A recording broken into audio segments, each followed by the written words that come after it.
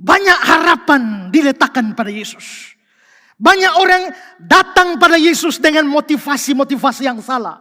Menaruh harapan-harapan tertentu pada Yesus. Dan begitu harapan itu tidak terpenuhi, mereka jadi kecewa dan menolak Yesus. Murid-murid Yesus, ikut Yesus, jangan pikir semua motivasinya lurus. Nanti di tengah perjalanan baru Yesus luruskan motivasi mereka satu persatu. Bahkan sampai Yesus mau naik ke surga pun masih terlihat motivasi mereka yang salah belum habis. Waktu Yesus mau naik ke surga, mereka bilang, sabar dulu. Tuhan, maukah engkau memulihkan kerajaan bagi Israel? Maka Yesus, hei, kamu jangan ngomong itu urusan Bapa. Kapan dia mau pulihkan, dia pulihkan. Kamu pergi jadi saksi di Yerusalem, Samaria, sampai ujung bumi. Mereka masih motivasi salah. Itulah sebabnya Yakobus dan Yohanes pernah melobi duluan melalui mama mereka. Yesus, kalau engkau jadi raja, izinkanlah anakku yang seorang di kiri, yang seorang di kanan. Nepotisme ada di dalam grup Yesus. Motivasinya salah. Tapi begitu murid-murid 10 yang lain mendengar permintaan itu, marahlah ke 10 itu. Kenapa 10 marah? Karena dong you mau. Tapi hanya kalah cepat dari Yakobus dan Yohanes. Miring mereka. Ada teori lain mengapa Yudas menjual Yesus. Teori itu mengatakan bukan uang. Karena kalau Yudas jual Yesus karena uang, mengapa hanya 30 keping perak? 30 keping perak itu harga budak. Kalau menyerahkan target man, itu mestinya mahal. Dulu berapa tawaran, berapa dolar untuk kepalanya Osama bin Laden? Mahal, itu target man itu mahal. Jadi kalau Yudas memang mau cari uang, kenapa hanya jual 30 keping perak? Mestinya lebih mahal. Karena itu muncul penafsiran lain. Sebenarnya Yudas ini, dia tuh berasal dari garis keras nasionalisme Israel. Yang ingin membasmi orang Roma. Dan dia melihat ada potensi pembasmian dan pengusiran orang Roma. Itu ada di Yesus. Bayangkan dengan kuasanya dia luar biasa. Pasti angin badai saja. Diam, tenanglah. Semua diam. Kalau dia usir orang Roma, sekali usir selesai mereka. Ini orang pasti jadi raja kemudian hari. Tapi lama-lama dia lihat, kok Yesus tidak pernah urusan dengan orang Roma ya. Hanya urus orang kusta, orang sakit, orang lapar, orang lumpuh, orang mati. Kapan bergerak lawan Roma?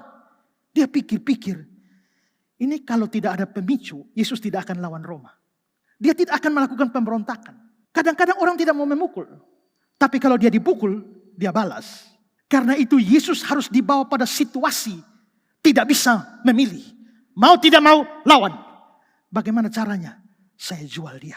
Saya jual dia supaya musuh-musuhnya akan menangkap dia. Dan pada saat mereka mau menangkap dia, dia pasti akan bela diri. Pada waktu dia akan bela diri, revolusi terjadi. Yesus akan menyatakan kuasanya. Seluruh pengikutnya akan ikut di belakang dia. Perang besar terjadi. Roma dihapuskan. Dan kerajaan Kristus didirikan. Jadi Yudas tidak bermotivasi buruk. Dia bermotivasi baik hanya untuk menolong Yesus. Memulai pergerakan revolusi. Masing-masing menaruh harapan tertentu pada Yesus. Tapi apa yang terjadi? Alih-alih lawan Roma. Alih-alih jadi raja. Dia malah ditangkap. Ditangkap lagi. Maksud Yudas ditangkap itu memberontak. Ternyata waktu ditangkap, serahkan diri. Akhirnya disidang. Putusan disalibkan. Seolah-olah Yudas telah salah memainkan bidak caturnya. Dan dengan kecewa. Saya tidak bermaksud jual dia. Saya hanya mau supaya dia menyatakan diri. Tapi ternyata dia serahkan diri dan mati. Dengan rasa bersalah yang besar.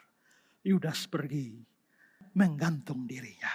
Semua murid akan mengalami hal seperti itu. Itulah sebabnya sebelum Yesus mati kurang sedikit dia kasih peringatan. Matius 26. Maka berkatalah Yesus pada mereka, malam ini kamu semua tergoncang imanmu karena aku.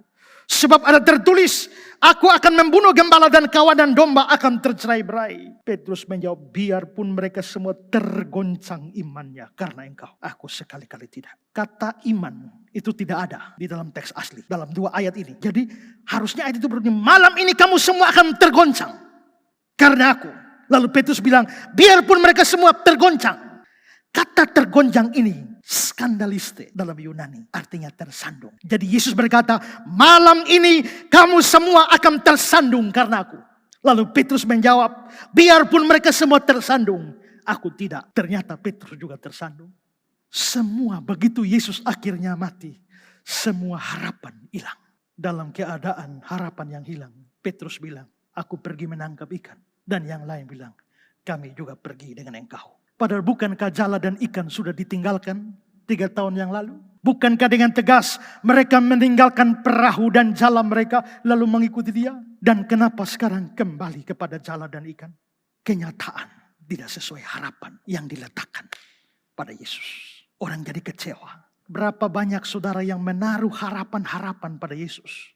Sayangnya harapan itu tidak sejalan dengan kehendak Yesus. Tidak sejalan dengan rencana Tuhan.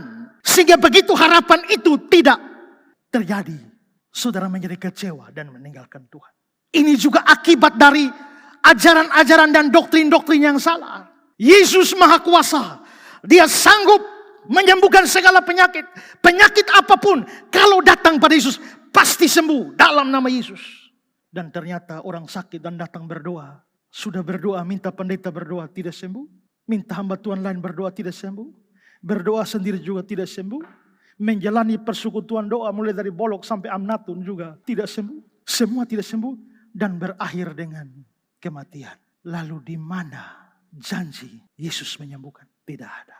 Lalu mereka tersandung dan menolak dia. Pak Budi Asali menceritakan seorang di Surabaya yang pada waktu anaknya mati, dia tidak mau berdoa. Ibadah penghiburan tidak ada. Yang dibuat adalah ibadah pembangkitan. Selama berapa malam berdoanya. Doa membangkitkan. Kenapa? Karena bukankah Yesus membangkitkan orang mati? Minta menyanyi. Curahkanlah kuasa-Mu.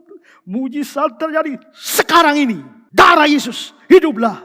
Tidak hidup juga. Hari kesekian mayat membusuk harus kubur. Dan ujungnya apa? Papa mama, suami istri berhenti jadi Kristen. Mereka tersandung pada batu sandungan yang namanya harapan pada Yesus. Beriman harus tahu iman itu apa. Iman itu bukan hanya percaya. Iman itu percaya pada apa yang dijanjikan. Nah kalau Yesus tidak pernah menjanjikan itu terus kamu percaya. Itu bukan iman. Sekarang pertanyaannya, Yesus pernah berjanji bahwa semua orang Kristen yang mati bangkit?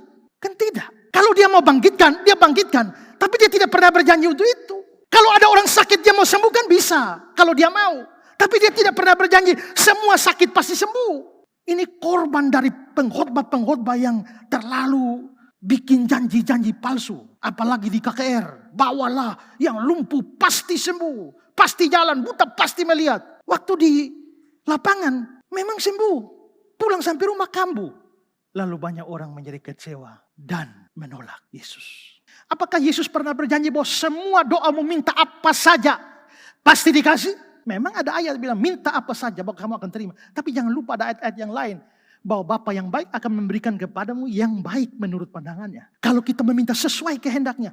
Apakah dia pernah berjanji kau minta apa saja? Dia tidak akan tolak pasti kasih? Kan tidak.